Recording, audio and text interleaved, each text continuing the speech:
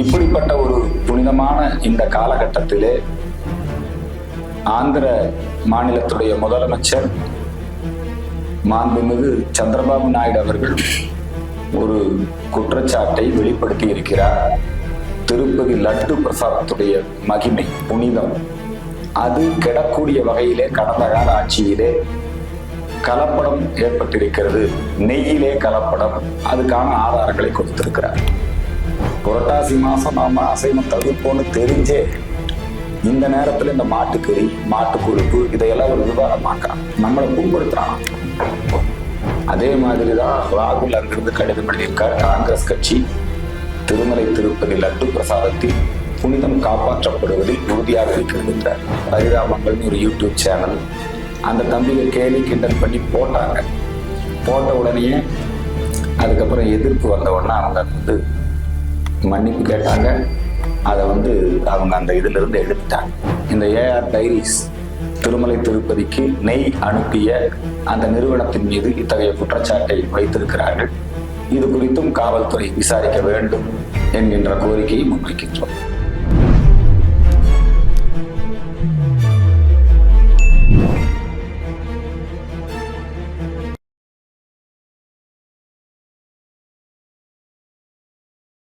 விஜயதசமி என்று RSS ஊர்வலம் தமிழகத்தில் நடைபெறணும்னு சொல்லி உச்ச நீதிமன்றத்தை நாடி இருக்காங்க. இது எப்படி பாக்குறீங்க?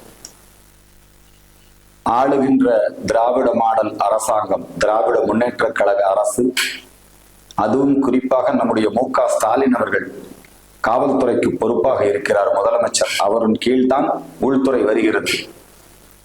கடந்த ஆண்டு, அதற்கு முந்தைய ஆண்டு, அதற்கும் முந்தைய ஆண்டு நாம் நீதிமன்றத்திலே சென்றுதான் நம்முடைய அணிவகுப்பு ஊர்வலத்தை நடத்தி வருகிறோம். எம்ஜிஆர் ஆட்சி காலத்திலே நடைபெற்றிருக்கிறது. இவருடைய தகப்பனார் ஐயா கருணாநிதி ஆட்சி காலத்திலே RSS ஊர்வலம் நடைபெற்றிருக்கிறது. நாடு முழுக்க விஜயதசமி அன்று RSS பேரணிகள், அணிவகுப்பு ஊர்வலங்கள் நடைபெறுவது. இது அணிவகுப்பு ஊர்வலம். இதுல வாழ்க ஒழிக கோஷங்களுக்கு இடம் இல்லை. குறிப்பிட்ட நேரத்துல குறிப்பிட்ட இடத்தை அடையும். இந்த விஜயதசமி விழா என்பது சங்கம் கொண்டாடுகின்ற 6 விழாக்களில் ஒன்று. அதுவும் இந்த ஆண்டு சங்கத்தினுடைய 100ஆண்டு விழா. வேண்டுமென்றே உள்நோக்கத்தோடு தமிழகத்திலே இந்த அரசாங்கம் RSS பேரணிகள் குறிப்பிட்ட அந்த நாளிலே நடைபெறக்கூடாது என்பதற்காக திட்டமிட்டு சதி செய்கிறார்கள். எனவேதான் முன்கூட்டியே நம்முடைய சங்கத்தினுடைய பொறுப்பாளர்கள் நீதிமன்றத்தை அணுகி இருக்கிறார்கள். நீதிமன்றமும் ஏற்கனவே விதிகள் எல்லாம் வகுக்கப்பட்டிருக்கிறது, அனுமதி கொடுப்பதற்கு தாமதம் ஏன் என்கின்ற கேள்வியை எழுப்பி விசாரணைக்கு ஒத்தி வைத்திருக்கிறார்கள். நிச்சயமாக வருகின்ற விஜயதசமி அன்று தமிழ்நாடு முழுக்க 60க்கும் மேற்பட்ட இடங்களிலே ராஷ்டிரிய சுயம் சேவக சங்கத்தினுடைய இந்த அணிவகுப்பு ஊர்வலங்கள் நடக்கும். சட்டத்திற்கு உட்பட்டு தான் நடக்கும். சங்கம் ஒன்றும் தடை செய்யப்பட்ட அமைப்பு கிடையாது. இன்னைக்கு சங்கத்தை பத்தி அவதூறாக பேசக்கூடிய ராகுல், அவங்களுடைய தகப்பனார் ராஜீவ், அவங்களுடைய பாட்டி இந்திரா, அவங்களுடைய இந்திராவோட அப்பா நேரு காலத்திலேயே சங்கம் 1948 காந்தியின் படுகொலை காரணமாக குற்றம் சாட்டி பொய் புகார் கொடுத்து சங்கத்தை தடை செய்தார்கள். பின்னர் சங்கத்தின் தடையை நீக்கப்பட்டார்கள். அதனைத் தொடர்ந்து 1963 சங்கத்தினுடைய சேவை பணிகளை பார்த்து பண்டிட் ஜவஹர்லால் நேரு அவர்களே குடியரசு தின அணிவகுப்பிலே சங்கத்தினுடைய பேரணி 3000 சுயம் சேவகர்கள் பூரண கணவேசோடு கலந்து கொண்டார்கள். அதனால இதெல்லாம் அரசாங்கத்துக்கு தெரியும், நீதிமன்றத்துக்கு தெரியும். தமிழ்நாட்டுல மட்டும் இவங்க மாநாடுகளுக்கு அனுமதி கொடுப்பாங்க. சங்கத்தை எதிர்த்து அவதூறு பிரச்சாரம் செய்யக்கூடிய விடுதலை சிறுத்தைக்கு, கம்யூனிஸ்டுகள் நடத்தக்கூடிய சங்கத்திற்கு போட்டியாக நடத்தக்கூடிய அந்த மத நல்லிணக்க மனித சங்கிலி பேரணிக்கு இதுக்கெல்லாம் இடம் கொடுப்பாங்க. 500 இடத்துல அனுமதி கொடுத்தாங்க கடந்த முறை. இது வேண்டுமென்றே உள்நோக்கத்துடன் செய்கிறார்கள். சங்கம் எப்பொழுதும் தடைகளை தாண்டி வளரக்கூடிய ஒரு அமைப்பு. அதனால தமிழகம் சங்கிகளின் பூமி. எனவே வரக்கூடிய விஜயதசமி அன்று சங்கத்தினுடைய பேரணி வெகு சிறப்பாக நடைபெறும். அதற்கு உரிய தயாரிப்புகளை நாம் செய்து கொள்வோம். புரட்டாசி மாசம் திருப்பதி இந்த லட்டு விவகாரம், இதை நீங்க எப்படி பாக்குறீங்க? புரட்டாசி மாதம் இந்துக்கள் எல்லாம் அசைவம் தவிர்த்து பெருமாள் கோவில்களுக்கு சென்று பெருமாளை சேவித்து பேரருள் பெறுகின்ற அற்புதமான மாதம், புண்ணியமான மாதம் புரட்டாசி மாதம். அதுவும் புரட்டாசி சனிக்கிழமை பார்த்தீங்கன்னா பெருமாள் கோயில்கள்ல பெரிய அளவுல பக்தர்கள் கூடுவார்கள். இதே புரட்டாசி மாதத்திலே தான் திருப்பதியிலே பிரம்மோற்சவம் நடக்கும். இப்படிப்பட்ட ஒரு புனிதமான இந்த காலகட்டத்திலே ஆந்திர மாநிலத்துடைய முதலமைச்சர் மாண்புமிகு சந்திரபாபு நாயுடு அவர்கள் ஒரு குற்றச்சாட்டை வெளிப்படுத்தி இருக்கிறார். திருப்பதி லட்டு பிரசாதத்துடைய மகிமை, புனிதம், அது கெடக்கூடிய வகையிலே கடந்த கால ஆட்சியிலே கலப்படம் ஏற்பட்டிருக்கிறது, நெய்யிலே கலப்படம், அதுக்கான ஆதாரங்களை கொடுத்திருக்கிறார். இது உலகெங்கிலும் இருக்கக்கூடிய கோடான கோடி பாலாஜி பக்தர்களுக்கு, ஸ்ரீவாரி பக்தர்களுக்கு, திருமலை திருப்பதி பக்தர்களுக்கு மிகப்பெரிய அதிர்ச்சியை ஏற்படுத்தி இருக்கிறது. இத ஒரு கேலி கிண்டலா தமிழகத்திலே இருக்கக்கூடிய திமுக ஐடிவி ஒரு சில பேர், அதுல அதே மாதிரிதான் பியூஸ் மானுஸ் போன்றவர்கள், திராவிட கழகத்தை சார்ந்த அத்துணை பேருமே வேண்டுமென்றே உள்நோக்கத்தோடு, பிற மதத்தை சார்ந்த கிறிஸ்தவர்கள், ஒரு சில இஸ்லாமிய மத வெறியர்கள் வேண்டுமென்றே உள்நோக்கத்தோடு இந்துக்களை கேலி செய்கிறார். புரட்டாசி மாசம் நாம அசைவம் தவிர்ப்போன்னு தெரிஞ்சே இந்த நேரத்துல இந்த மாட்டுக்கறி, மாட்டு கொழுப்பு இதையெல்லாம் ஒரு விவாதமாக்குறான், நம்மளை புண்படுத்துறான். இதுக்கு பதில் சொல்லக்கூடிய வகையில ஜெகன் என்ன பண்றாருன்னா, சந்திரபாபு நாயுடு எங்கள் மீது பொய் குற்றச்சாட்டு சொல்லி திருப்பதி மலையினுடைய புனிதத்தை கெடுத்து விட்டார். ஆகவே நாங்க எல்லா கோயிலையும் பூஜை பண்றோம். பவன் கல்யாண் துணை முதலமைச்சர் என்ன பண்ணிருக்காருன்னா, நான் 10 நாள் விரதம் அனுஷ்டிக்கிறேன். அதே மாதிரிதான் ராகுல் அங்கிருந்து கடிதம் எழுதியிருக்கார். காங்கிரஸ் கட்சி திருமலை திருப்பதி லட்டு பிரசாதத்தில் புனிதம் காப்பாற்றப்படுவதில் உறுதியாக இருக்கிறதுன்றார். இந்த திருமலை திருப்பதிக்கு லட்டு தயாரிப்புக்கு பயன்படக்கூடிய நெய் சப்ளை செஞ்சது அது திண்டுக்கல் இருக்கக்கூடிய ஏஆர் டைரிஸ் அந்த நிறுவனம். அந்த நிறுவனம் அவங்க என்ன சொல்றாங்கன்னா, நாங்க 2 முறை தான் அனுப்பி இருக்கிறோங்கிறாங்க. ஆனா இவங்க அனுப்புனதுல கலப்படம் இருக்குது அப்படிங்கிற மாதிரி குற்றச்சாட்டு எல்லாம் சோதனை போட்டு அதை லேபுக்கெல்லாம் அனுப்பிச்சிருக்கிறாங்க. இந்த நிலையில பாட்டாளி மக்கள் கட்சியினுடைய வேட்பாளர் திலகபாமா அவர்களும் இது விஷயத்து அது அந்த நிறுவனத்து மேல நடவடிக்கை எடுக்கணும் அப்படின்னு சொல்லியிருக்காங்க. ஆக இப்ப எல்லா கட்சிகளுமே திருப்பதி லட்டுனுடைய மகிமையை காப்பாற்றுவதற்கு அல்லது அந்த புனிதத்தை மதிப்பதற்கு முன் வந்திருக்கிறார்கள். இதுக்கு எல்லாத்துக்கும் நான் பாராட்டு தெரிவிச்சுக்கிறேன். பவன் கல்யாணுக்கு, சந்திரபாபு நாயுடுக்கு. அதே மாதிரி இதுல நம்ம கண்டிக்க வேண்டிய விஷயம் என்னன்னா, வேணும்னே இந்த பியூஸ் மானுஸ் மாதிரி ஆளுக சில கிறிஸ்துவ ஊடகத்துல, சமூக வலைத்தளங்கள்ல தான் அவங்க அப்படி பண்றாங்க. பரிதாபங்கள்னு ஒரு யூடியூப் சேனல், அந்த தம்பிக கேலி கிண்டல் பண்ணி போட்டாங்க. போட்ட உடனேயே அதுக்கப்புறம் எதிர்ப்பு வந்த உடனே அவங்க அது மன்னிப்பு கேட்டாங்க. அதை அவங்க அந்த இதுல இருந்து எடுத்துட்டாங்க. ஆனாலும் அவர்கள் மீதும் வழக்கு பதிவு செய்ய வேண்டும். அந்த முயற்சி ஒரு புறம் நடைபெற்று கொண்டிருக்கிறது. அவரு சிவகுமார் குடும்பம், குறிப்பாக நடிகர் கார்த்தி அவர்கள், அவர் பவன் கல்யாண் பொதுவா சொன்னார், லட்டு பிரசாதத்தை அவமதிக்காதீங்க, கேலி பொருளாக்காதீங்க. இவரா போய் இல்லை நான் மன்னிப்பு கேட்டுக்கிறேங்கிறாரு. பிரகாஷ்ராஜ் ஒரு கிறிஸ்தவர், அவர் அப்படிதான் பேசுவார். இந்த கம்யூனிஸ்டார் அப்படிதான் பேசுவானுங்க. அவங்க இந்த லட்டு பிரசாதத்தினுடைய மகிமையை கேலி பொருளாக மாற்றுவதை ஒருபோதும் பொறுத்து கொள்ள முடியாது.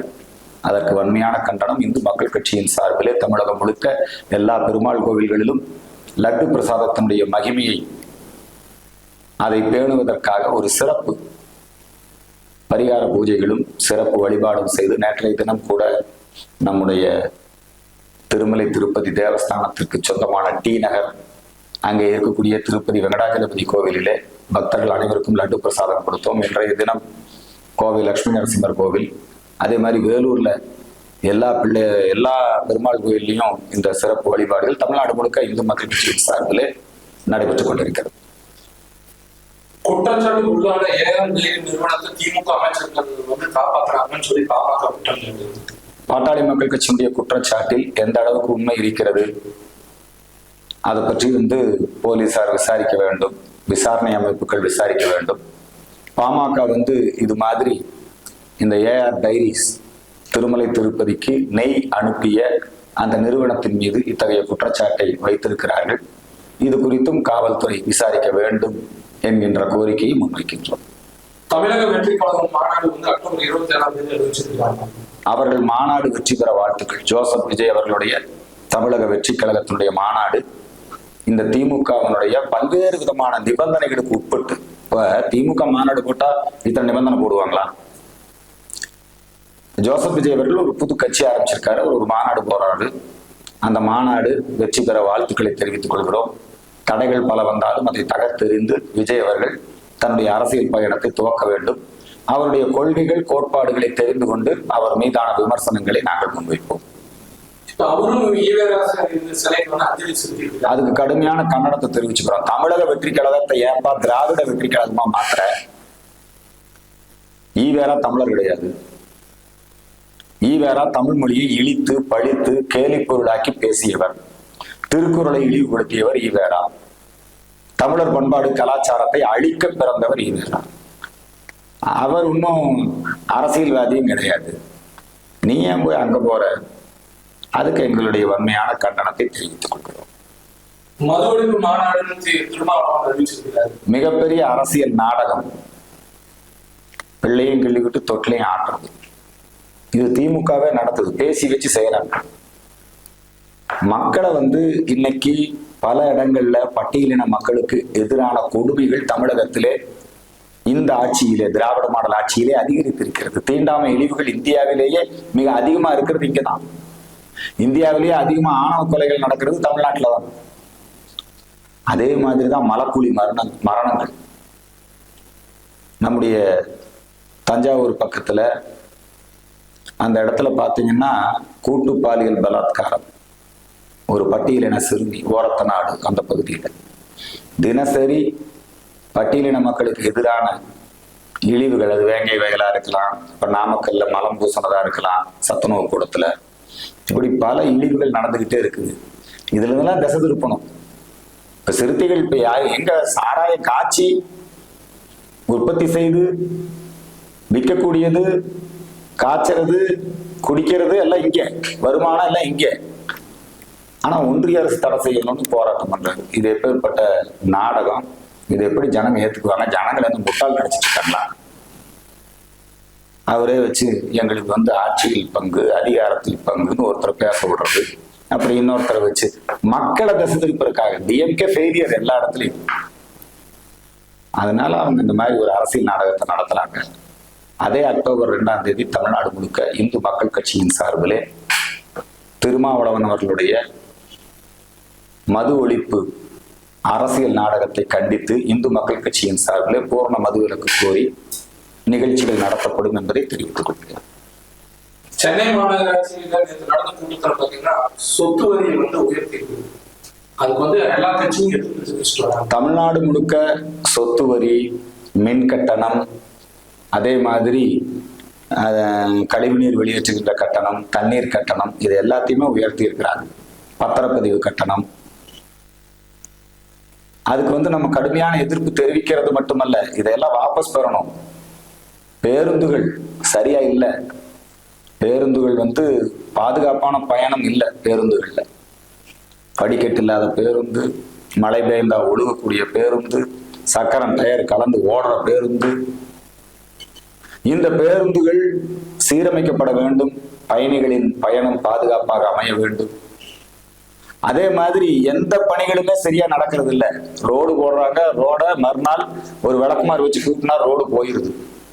இதை யாராவது எடுத்து வீடியோ போட்டா அவன் மேல வழக்கு. நரேந்திர மோடியுடைய திட்டம் குழாய் மூலம் குடிநீர் வழங்குவது, குடிநீர் குழாய் ஜலஜீவன் திட்டத்துல அமைக்கிறாங்க. குடிநீர் இணைப்பே கொடுக்காம வெறும் குழாயை மட்டும் வச்சு பணத்தை கணக்கெடுக்கலாம். எங்க கோயம்புத்தூர் மாநகராட்சியில என்னங்க, டீ குப்பை கிடங்குக்கு தீ வச்சு அதுல டீ சாப்பிட்ட செலவே எத்தனையோ எடுத்துனாங்க. 27 லட்சமா எடுத்துனாங்க டீ சாப்பிட்ட செலவு. எல்லா இடத்துலயும் ஊழலுங்க. மாநகராட்சியில